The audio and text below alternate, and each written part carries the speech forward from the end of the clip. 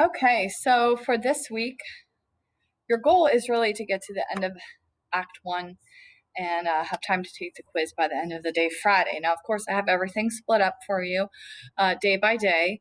And, ultimately you have until Sunday, but I like to schedule for you to be done for the weekend. So that's kind of like your end goal, the end thing to think about.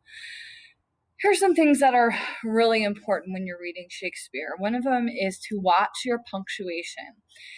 Because of the poetic form and meter that it's set up in, sometimes when you're reading it, you tend to just want to stop at the end of each line when really sometimes it's continuing on. Just like if you were reading a regular paragraph, you wouldn't just stop if there wasn't a period there. You would continue reading and not pause unless there's a period or a comma or some kind of end punctuation. So be very careful when you're doing that because it can make it sound much more confusing if you're stopping at the end of each line when really that sentence continues on to the next line. So don't pay attention to how it's set up in that kind of a block style. Use the punctuation just like you normally would if you were reading. The other thing that I want to make sure that you do is please read it first. Read it without any extra help. Read it without having watched a video. Read it without a SparkNotes guide. Read it and just use what's in the text as far as the side notes. And this copy actually has a lot, this student online copy. Do the assignments first, like the matching activity that I have set up for you for scenes 1 and 2. Read it. Try that activity. See if you were really able to identify, see how close you came to getting them all correct. Then check yourself using some kind of study tool or with my discussions that I'm going to post. So just make sure that you're not relying on something on the front end. Try it yourself. There's no penalty for trying to figure it out. You're not going to lose any points if you didn't, understand it on your first reading, but try it yourself so that you're not fully dependent on other study aids. That's really important to me that you give the text, even though it's challenging, give it a chance yourself. So as far as scenes 1 and 2 go, that's the opening scenes there, and we really are stressed with this grudge. The grudge is stressed in the opening scenes that these two families really, really don't like each other, and it's been this constant thing. We learned that in the prologue, that it's been this ancient problem, but it's springing up new in the town with the citizens being victims of this violence. We also are introduced to major characters in these first couple scenes. We meet Tybalt and Benvolio in scene 1. They are equally important members of the two houses. And so please be observant of them, along with Romeo, who we meet in the latter part of scene 1.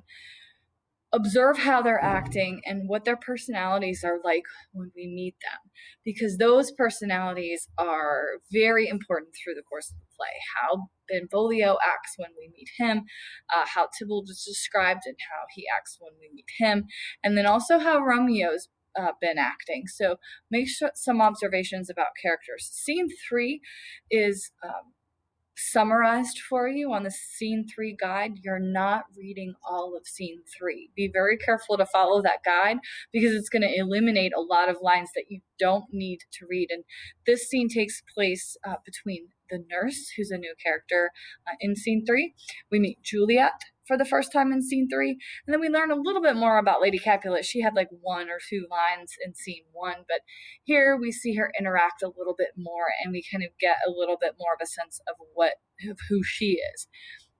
Scene 4, definitely confusing. It's definitely a very, very bizarre speech, wild speech spoken by Mercutio, and even though there's a lot of kind of crazy nature to it, there's a very, very important point. He makes a very important point, albeit very long and drawn out. He does make a very, very important point. So it primarily concerns, scene 4 is primarily that Queen Mab speech. I have the video on because I think it's really cool to see it acted out, and that's a really good version of it. But pay attention to Mercutio's character. We meet him for the first time, and really on Romeo's thoughts about this night. because they're gearing up to go to this party, and Romeo definitely has some certain feelings. Mercutio has a response to that in that whole long speech that he makes. But observe those, and those questions will really help you. Then seed 5 is the meeting between Romeo and Juliet. Make sure that you understand how that occurs. Also note her father's reaction to discovering that there are Montagues at the party, because obviously that's going to be a big deal since he's Capulet and they're Montagues and they don't like each other. Also, with regard to Tybalt, how does Juliet's father react to Tybalt? And it all has to do with these Montagues who are at the party. So please reach out to me if you have any questions, if you want to clarify something, if if you feel like you're constantly looking something up, you can maybe ask me.